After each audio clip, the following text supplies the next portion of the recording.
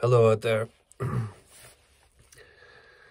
have this idea, so I'm going to do it here. Sometimes you'll see rappers you'll hear rappers on a radio show and they'll do a freestyle and they'll promote a new album or something like that. I'm not a rapper, I'm a storyteller, a true crime storyteller. But I want to try some fiction with you. I'm going to call this Freestyle Scary. I have an idea in my mind, I'm going to flesh it out here and we'll see how it goes.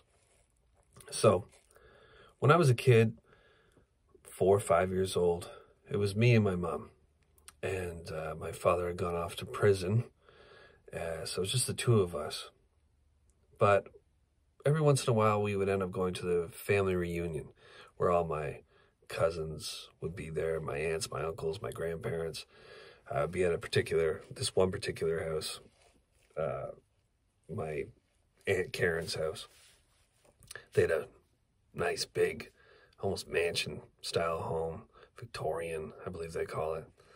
And all the kids would go in one room down this den, and all the parents would be up in this main room, this dining area, and they'd eat turkey or whatever the season was, like Christmas, Easter, Thanksgiving, just summertime. They'd all be up there getting drunk, and the kids, me and my cousins, I was the youngest of them, down there watching scary movies. My Uncle Jerry would always bring scary movies for us to watch. He was our favorite uncle. Jerry didn't have any kids of his own, so he showed special interest in all of us, and his brothers and sisters thought that was great. Jerry would get to spend some time with kids, something he never got to do because he didn't have any, and we got to hang out with one of the adults. But he wouldn't come down until about an hour and a half in, usually, once the dinner was done, once the drinking started, and he'd come creeping down as monster. He'd be the monster, and all the kids, me and my cousin, we all go scattering and hide, and one by one he'd find us, and roar.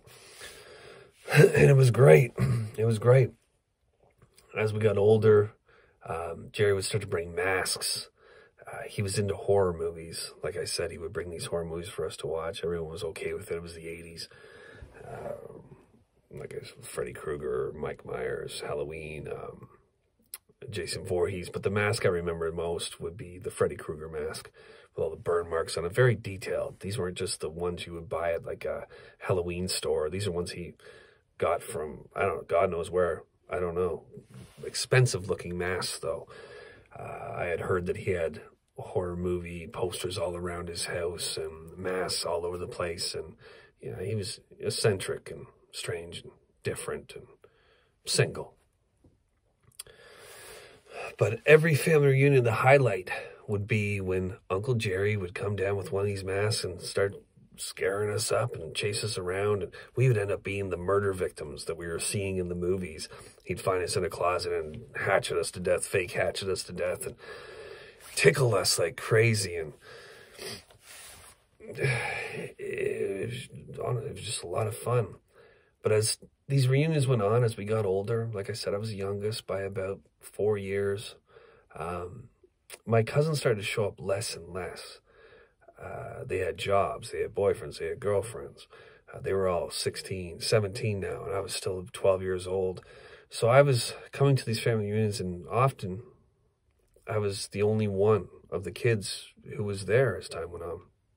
And it was still okay. I'd not hang out in the kids' room anymore. I'd be up there with the parents, and Uncle Jerry would still chase me around a bit for old time's sake. And like I said, my father was in prison. He would begin to show up at our place and kind of act as like a surrogate father to me. He would check in on us. Some nights I remember him coming late and hearing him and my mom talking, and then I'd wake up in the morning and he'd be laying on the couch, sleeping off a hangover or something, but nothing weird. I mean, he was just my Uncle Jerry, and as time went on, and I got 13, 14 years old, and the family reunions I wasn't showing up to anymore. I had my own friends now. Uncle Jerry would just show up at our house, and he would become more of like a parental figure for me. He was filling in for my father while he was in prison and spending more and more time with me, and he had normalized himself so much that this wasn't odd that he would show up and maybe take me to go play some baseball or for some ice cream or take me to a movie or whatever. He began taking me back to his house, though, and this was something that I wasn't supposed to talk about. He would take me back to his house and sexually molest me. You see, all during this time when he would chase us down and tickle us and all that, my older cousins were calling him Weird Uncle Jerry. And I got to understand the reasoning for that as I matured and hit puberty and everything is like, when he would grab you by the genitals or grab like my cousin Nikki by the boob or something like that, that wasn't a mistake.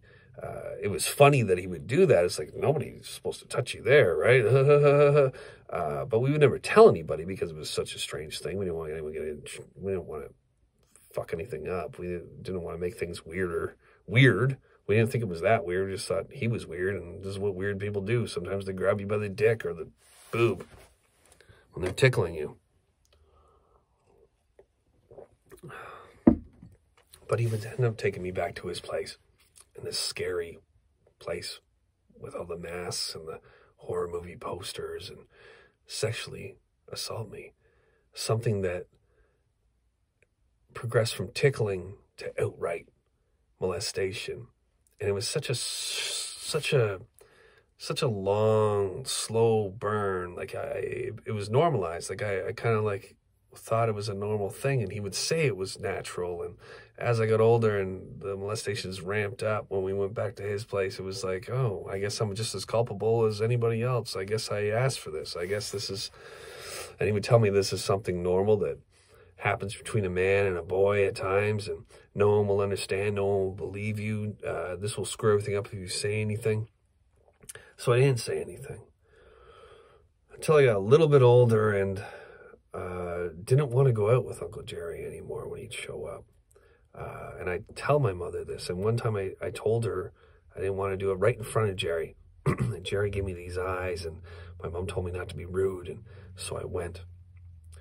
And when we got back to his place after playing a bit of baseball, went out to grab some ice cream, he berated me, saying, "What are you doing? Why are you doing this?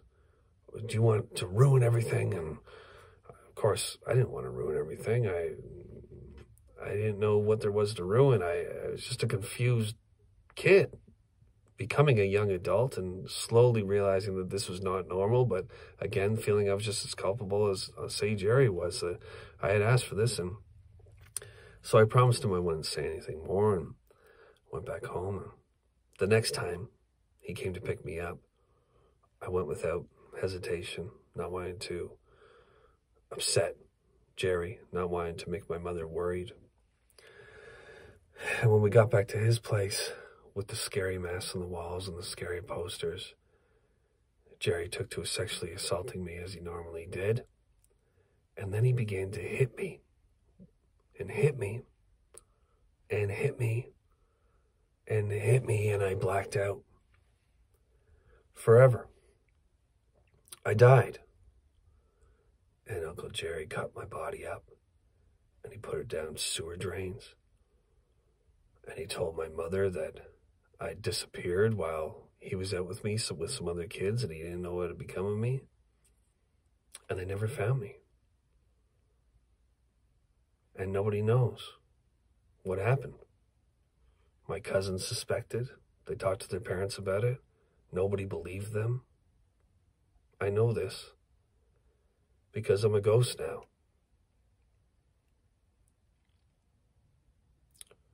And I guess it's just nice to tell somebody what actually happened. So thank you. Eyes cocked, doors locked, stay paranoid.